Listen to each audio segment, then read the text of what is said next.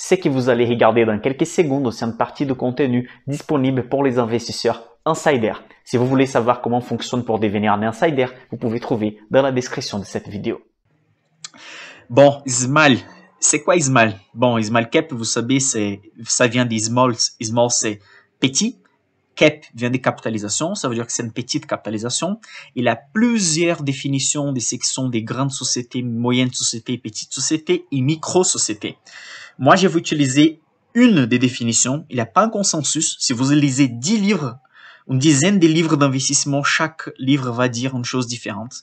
Moi, je vais considérer que large caps, c'est plus de 5 milliards. Mid caps, c'est entre 1 et 5 milliards de capitalisation dans la bourse. Pour moi, je vais considérer les small caps moins de 1 milliard. Mais dans un portefeuille des small caps, on peut considérer des mid aussi. On dirait qu'ils sont faits 75% small et 25% mid. On peut encore considérer comme un portefeuille small. OK? Et il a les micro-caps qui vont peser moins de 50 millions. C'est très compliqué. Il a des sociétés micro-caps qui partagent pas bien des données financières. Il a des micro-caps qui n'ont pas beaucoup d'informations, qui n'ont pas beaucoup d'actions cotées dans les marchés. La majorité d'actions reste avec les propriétaires de la société ou la famille ou les patrons simplement. Donc, on va éviter d'acheter des sociétés à moins de 50 millions d'euros ou moins de 50 millions de dollars. Okay? Ici, on va considérer euros et dollars plutôt comme la même chose. On sait que là, la différence entre 15 et 20% entre les deux devises. Mais comme je viens d'expliquer, la définition n'est pas très précise. Du coup, il ne faut pas en fait se battre pour quelques virgules. Okay? Donc, on va se baser sur des sociétés. Donc, pour nous, small caps vont être des sociétés entre 50 millions et 1 milliard. OK? Ici, là, la classification du marché français, on a les CAC 40 avec les 40 plus grosses sociétés, plus négociées sociétés de marché français. Ensuite, on a ce qu'on appelle des CAC Next 20. Ce sont les sociétés qui vont disputer pour entrer dans les CAC 40, en fait, comme Eurofins a fait récemment. Après, on va sommer le dé, on va voir les CAC Large 60, du coup, les 60 plus grosses sociétés de la France. OK? Ici, on somme les CAC Large 60 et les CAC Mid 60, on va trouver les SBF, c'est un des principaux indices du marché français. OK? Donc, dans les SBF, il va y avoir 120 sociétés dedans. À côté du CAC Mid 60, on a les CAC Small, qui sont toutes les petites sociétés de marché français. Si on somme les Mid 60 plus les CAC Small, on va avoir l'indice de référence CAC Mid Small. OK? Et après, si on somme les SBF 120 plus les CAC Mid Small, on va avoir tous les CAC All Tradable. Donc, toutes les sociétés négociées dans le marché français, qui ce sont environ 800 sociétés négociées dans le marché français. OK? Ici, je vais montrer beaucoup de choses que c'est moi-même qui a fait. Ces graphiques-là, par exemple, c'est moi qui ai pris les données, j'ai mis sur l'Excel et j'ai fait les graphiques parce que simplement, ça peut vous étonner, mais ça n'existe pas un graphique du CAC Mid Small comparé au CAC 40 sur l'Internet. Vous pouvez aller chercher, vous allez trouver ces graphiques pour 2015 à 2020, 2010 à 2015, mais vous n'allez pas trouver un graphique de long terme. Donc, c'est moi-même qui a fait ces graphiques-là. J'avoue que j'ai mis, on va dire, des semaines pour préparer, pas ces lives-là spécifiquement, mais la fin de l'année passée, je commençais à écrire un livre d'analyse fondamentale des petites sociétés, donc un livre des small caps. À la fin, j'ai eu des autres priorités, j'ai arrêté d'écrire les livres, mais je vais utiliser une partie de tout le matériel que j'ai écrit et j'ai mis dans ces lives en fait. Du coup, ces graphiques, c'est quelque chose qui était privé dans mon livre. Et là, on a les comparatifs du CAC Mid Small, donc je reviens. Donc, CAC Mid Small, c'est le mélange du CAC Mid 60 plus les CAC Small, comparé au CAC 40. Donc, vous voyez que la rentabilité accumulée, ici, c'est de janvier 99. Et j'ai fait jusqu'à janvier 2020, juste avant la pandémie, pour ne pas être biaisé avec la grosse crise qui arrivait là. Donc, en fait, là, pardon, c'est pas jusqu'à janvier, c'est jusqu'à février. Donc, avec la chute là considérée de Covid, il n'y a pas la récupération qu'on a eue depuis l'année passée. OK? Mais vous voyez que la courbe des Mid Small, celle en noir, elle est beaucoup plus élevée que celle du CAC 40. Donc là, si on prend l'accumulation des janvier 99 jusqu'à février 2020, on va avoir plutôt 340% d'accumulation pour les Mid Small et on va avoir moins de 2% pour les CAC 40, donc une différence de 100% plutôt des rentabilités entre les deux. Okay? Pour comparer les marchés américains aussi, sinon c'est pas juste. Hein. On voit ici entre 99 jusqu'à 2019, du coup 20 ans d'horizon d'investissement. Sur les marchés américains, on va voir que les Russell 2000 Small Cap a fait 44 000, les Russell Mid Cap a fait 53 000 et l'S&P 500 a fait 29 000 en partant du principe que quelqu'un a commencé à investir $10 000 en 1999. Vous voyez que dans les marchés américains, les mid caps ont mieux performé que les small caps. Ok? Donc en orange, on a l'S&P 500. En bleu clair, on a les Russell 2000, l'indice qu'on peut acheter même dans les PA. Et en bleu foncé, on a les Russell 2000 mid cap. Ok? Du coup, c'est comme s'ils ont pris seulement les mid cap à partir de Russell 2000. Et donc, les mid cap ont mieux performé, mais on voit que largement, les mid et small ont performé beaucoup mieux que l'S&P 500, qui a performé super bien sur la dernière décennie. Ok?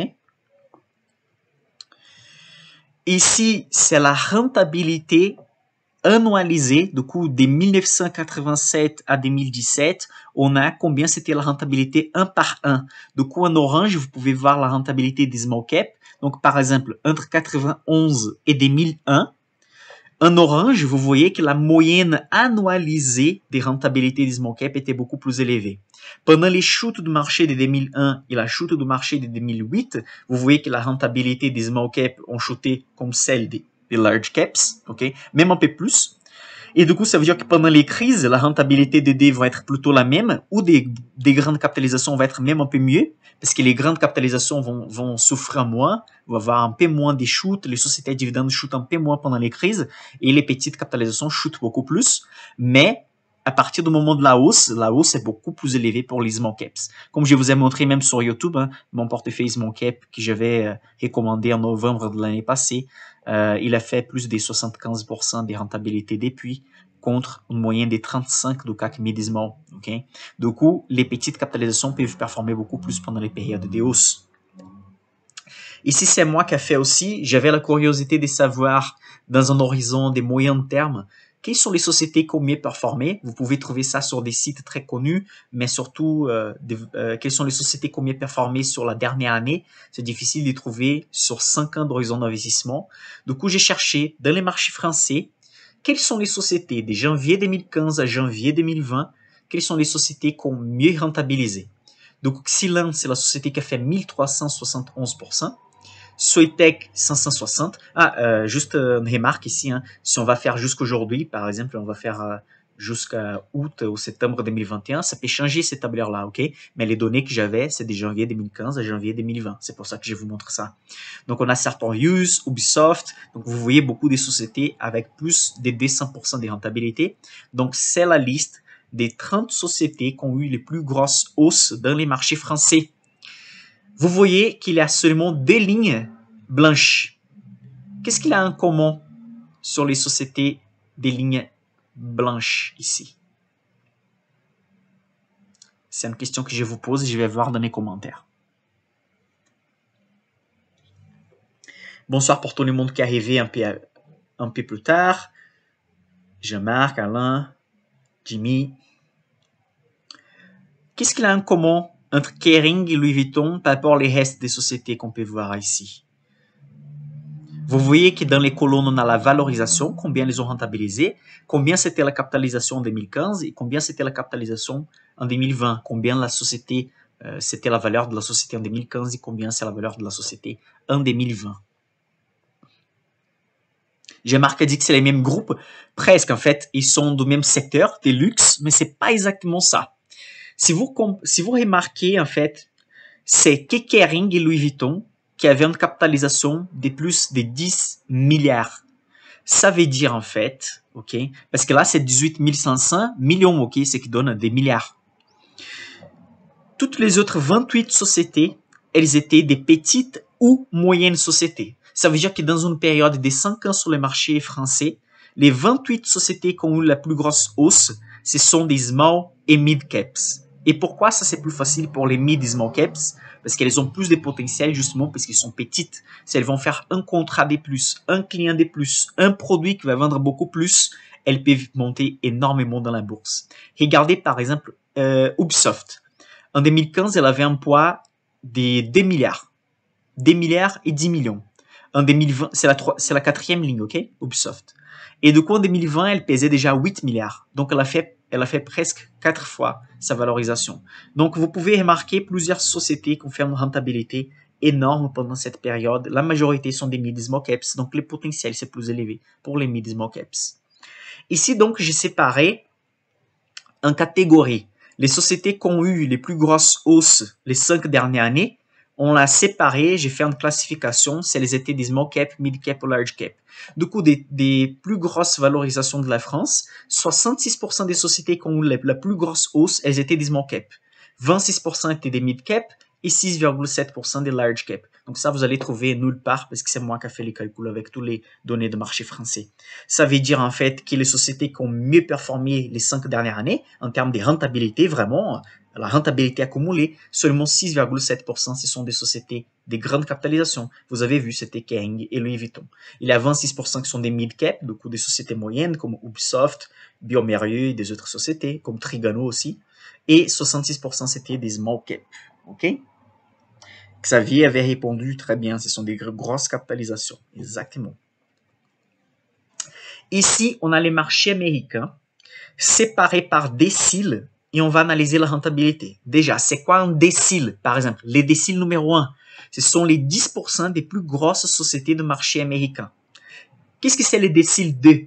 Ce sont les sociétés en deuxième place, les 10% plus grosses sociétés de marché américain. Okay? C'est comme si on a séparé les marchés américains en 10 tranches. Est-ce que vous avez compris ça? Dites dans les commentaires. Donc, on a séparé les marchés américains en 10 par capitalisation.